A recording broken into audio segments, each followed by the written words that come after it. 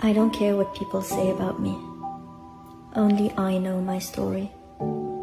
Only I know what I've been through. I was born to be authentic and not to please everyone. ආයුබෝවන් මගේ ආදරණීයන් හැමෝටම. අනිතින් සුපුරුදුරෙන් ගත කමින් ආදරෙන් මං අදත් ආවා පුංචි වෙලාවක් ඔයත් එක්ක ගත කරලා යන්න. බොහොම අපූර්වට ඉරපායපු ලස්සන දවසක උදේට ඉතින් අපේ එළවලු කොටුව පේන්නේ මෙන්න මේ වගේ තමයි. මල් හදන්න ඔයාව උනන්දු කරා වගේම ඔන්න දැන් මං ඔයාව එළවලු හදන්නත් උනන්දු කරවලා තමයි තියෙන්නේ. ඔයාට මතකද මම මේ එළවලු කොටුව හදන්න පටන් ගත්ත මුල් දවස්වල ගෙනාව වීඩියෝ. ඉතින් අපි දෙන්නත් එක්ක එකතු වෙලා පොළොව සුද්ධ කරගෙන හොඳට පස් බුරුල් කරලා මුලින්ම ඉතින් මේ එළවලු ටික හදන්න පටන් ගත්තා. ওই විදිහට ඉතින් පොළොව එහෙම සකසගෙන අපි එළවලු ටික හදන්න පටන් ගන්නකොටම වගේ ඔන්න පැල ටික හිටවනකොටම ඔයාට මතකනේ මහා වැස්සක් ආවා. ඉතින් ওই වැස්ස දවස්වල එළියටවත් බැහැ ගන්න බැරි හින්දා එළවලු කොටුව ඉතින් ආපහු කැලෑවිලා ගියා.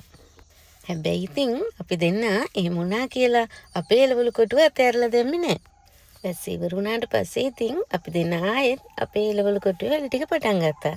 ඔයාට පේනවද ඉතින් දැන් අපේ එළවලු කොටුවේ ලස්සන බොහොම සරුසාරෙට ලස්සනට එළවලු ටික හැදිලා තියෙනවා.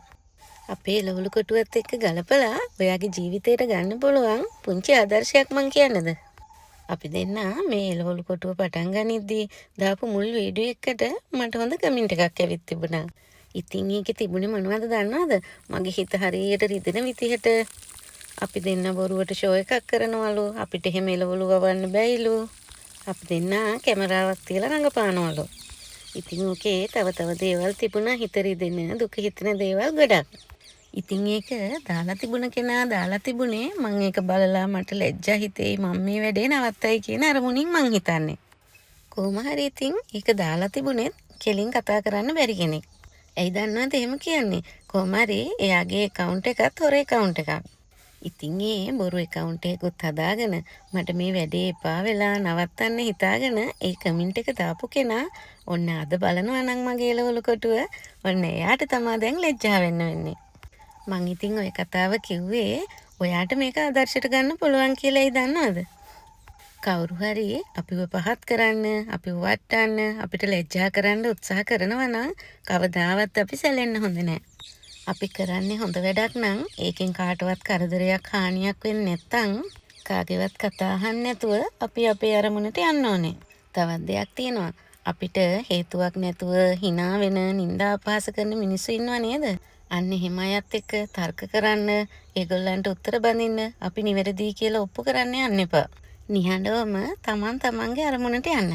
ඔයාට ඉතින් මල් ගැන කියලා දෙන්න ගිහින් මට කලින් වතාවකුත් ඔය වගේ දෙයක් වුණානේ. කීප දෙනෙක් එකතු වෙලා ඒත් ඉතින් මට හරියට දොස් කිව්වා. මගේ channel එකට ඉතින් වැඩි ආයුෂ නැහැ. ඒක ඉක්මනට වහගන්න වෙයි කියලාත් කියලා තිබුණා. හැබැයි ඉතින් මං එදත් ඒ කිසි දෙයකට උත්තර බඳින්න ගියේ නැහැ. මම බොහොම නිහඬව අහගෙන හිටියා විතරයි. මාත් එක්ක මුලින් ඉඳලම හිටපු මගේ ආදරණීයන් ගොඩ දෙනෙක් ඉතින් මේ හැමදේ ගැනම දන්නවනේ. මම කියන්නේ නම් අපේ නිහතමානීකම අපේ මනුස්සත්වය පෙන්වන්න පුළුවන් හොඳම දේ තමයි නිහඬ වීම. මම මේ කිව්වේ හැමෝම ගැන නෙමෙයි එක්කෙනෙක් දෙන්නෙක් වගේ බොහොම අඩු පිරිසක් ගැන. මාත් එක්ක මගේ channel එකත් එක්ක නම් ඉතින් බොහොම හොඳ පිරිසක් එකතු වෙලා ඉන්නේ. මගේ මේ ආදරණීයන් පිරිස නම් ඉතින් නිතරම මාව උනන්දු කරනවා, දිරිමත් කරනවා. ඒ වගේම තමයි ඒගොල්ලන්ගෙන් ලැබෙන්නේ මට පුදුම තරම් ආදරයක්. ඉතින් හැමෝටම ආදරෙයි. අද මුලින්ම ඉතින් වෙන කතා ටිකක් කිව්වේ ඇයි දන්නවද? එක එක්කෙනාගේ කතා අහන්න නැතුව ඔයාගේ ගමන හරියට යන්න කියන්න. දැන් අපි එළවලු කොටුව ගැන කතා කරමුකෝ. ඔන්න ඉතින් අපි දෙන්නට දැන් පුරුද්දක් වෙලා තියෙන්නේ හැමදාම උදේට එළවලු කොටුවේ පුංචි රවුමක් දාලා එන එක. එළවලු කොටුවේ ඉතින් කරන්න වැඩක් නැති වුණත් හැමදාම උදේට ගිහිල්ලා මේ ගස් කොළන් අත ගාලා එනකොට හිතට ඉතින් දැනෙන්නේ පුදුම තරම් සතුටක්. දවසින් දවස ඉතින් මේ චූටි එළවලු පැල මේ විදිහට ලොකු වෙනකොට ඒ දැනෙන මානසික සුවය සතුට ඇත්තටම ඉතින් මිල කරන්න බැරි තරම්.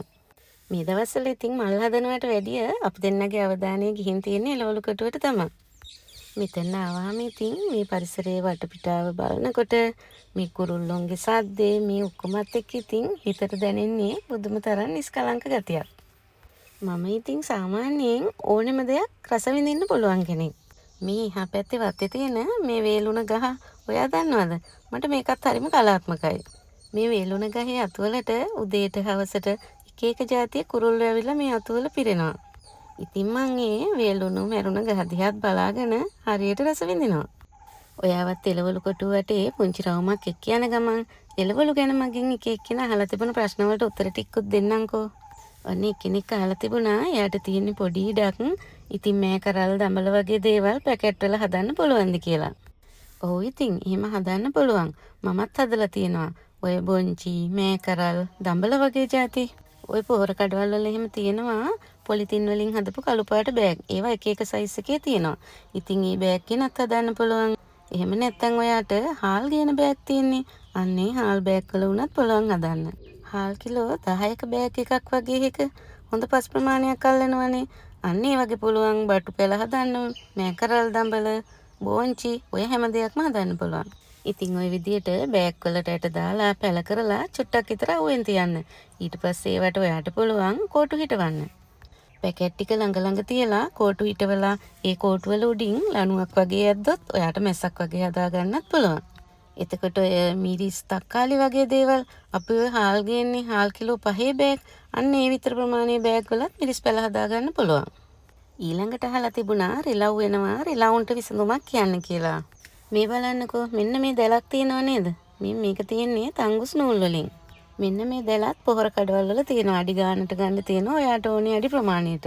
මම මේ අඩි 100ක දැලක් තමයි ඔය ගෙනත් දාලා තියෙන්නේ. ඉතින් අපි එළවලු වගා කරන කොටස ඔන්න ඔය දැලින් කොටු කරොත් එහෙම සත්තු වෙන්නේ නෑ මේ දැලින් ඇතුළට. රිලව් බල්ලෝ පූසෝ කාටවත්ම එන්න බෑ මේකට. ඒ කියන්නේ මේකේ පැටලෙනවනේ. ඒකින්ද මේකට කවුරුත් සත්තු වෙන්නේ නෑ. අපිත් මේ ලොකු ඉඩම මිතින් අපි එළවලු හදන කොටස විතරක් මේ වගේ දැලකින් කොටු කරලා තියෙන්නේ. අපේ පැත්තෙත් ඉතින් හරියට රිලව් ඉන්නවා. ඒ වුණාට ඉතින් එළවලු කොටුවට තාම නම් හානියක් උනේ නෑ. ඉතින් ඔයාටත් පුළුවන් අන්න ඒ වගේ දැලක් ගෙනල්ලා කොටු කරලා එළවලු ටිකක් හදන්නකෝ. අපෙත් වත්ත පුරාම ඉතින් මේ රිලව් ඇවිල්ලා මේ ගම් මිරිස් වැල් උඩ එමේ දඟලනවා. හැබැයි එළවලු කොටුවට තාම නම් ආවේ නෑ. ඔන්න ඉතින් අපේ ගොවි මහත්තයා වත්තට ගිහින් එන ගමන් කෙහෙල් මුවකුත් කඩාගෙන එනවා මට උයන්න. මේ තියෙන්නේ අපේ එළවලු කොටුවට යන පාර. මං ඉතින් මේ පැත්තෙත් මේ විදියට ලස්සනට මල් ටිකකුත් හදාගෙන තින්නේ. ඔන්න ඉතින් ඔයා දැක්කනේ දැන් අපේ එළවලු කොටුව ලස්සනට තියෙනවා. අපි දෙන්නට එළවලු හදන්න බෑ කිව්වට ඔන්න අපි ඔප්පු කරලා පෙන්නුවා. උවමනාව, උනන්දුව, කැපවීම එකමුතුකම තියෙනවා නම් කරන්න බැරි දෙයක් නෑ. ඔන්න ඉතින් හැමදාම වගේ මං අදත් කියනවා ඔයත් පුංචියට හරි එළවලු ටිකක් ඔයාගේ වත්තේම හදාගන්න. මල් පෝච්චි වල හරි කමන්නේ හදාගන්න. මේ දවස්වල ඉතින් මිදුලෙත් නම් මල් ගොඩාක් පිරලා තියෙනවා. ගොඩක් අය කියලා තිබුණා දිග මල් වීඩියෝ එකක් අරන් එන්න කියලා. මම පොරොන්දු වෙන්නම්කෝ ලබන සතිය දිහාට දිග මල් වීඩියෝ එකක් අරන් එනවා කියලා. ඉතින් ඔයා පුංචි කමෙන්ට් එකකුත් දාගෙන යන්නකෝ මල් ගැන ඔයාට මොනවද දැනගන්න තියෙන්නේ කියලා. මම ඉතින් මල් ගැන කියලාත් මහා ගොඩක් දේවල් දන්නේ නැහැ තමා. හැබැයි ඉතින් මම මල් හදලා අත්දැකීමෙන් දන්න මොනවාම හරි පුංචි දෙයක් හරි තියෙනවනේ. ඉතින් ඒ දන්න හැමදේම මම ඔයත් එක්ක බෙදා ගන්න කැමතියි. ඉතින් ඔයාට මල් ගැන මිදුල ගැන මොන හරි දැනගන්න ඕනේ දෙයක් තියෙනවා නම් කියාගෙන යන්න. එතකොට මට වීඩියෝ හදන්නත් ලේසියිනේ. මට ඕනේ දේවල් ගේනවට වැඩිය ඔයා ඉල්ලන ඔයා කැමති දෙයක් දුන්නාම ඒක තවත් වටිනවනේ. ලස්සන සමනල්ලු වෙන කුරුල්ලු වෙන මලින් පිරුණු ලස්සන ආකර්ශනීය මිදුලක් හදාගන්න මගේ මොනවද දැනගන්න ඕනේ කියලා එහෙනම් ඉතින් ඔයා කියාගෙන යන්න හොඳේ. එහෙනම් ඉතින් මං අදත් ගිහින් එන්න. ආදරෙන් සතුටින් පරිස්සමින් ආරක්ෂිතව ඉන්න. ඔයාට තෙරුවන් සරණයි. මම සාරා.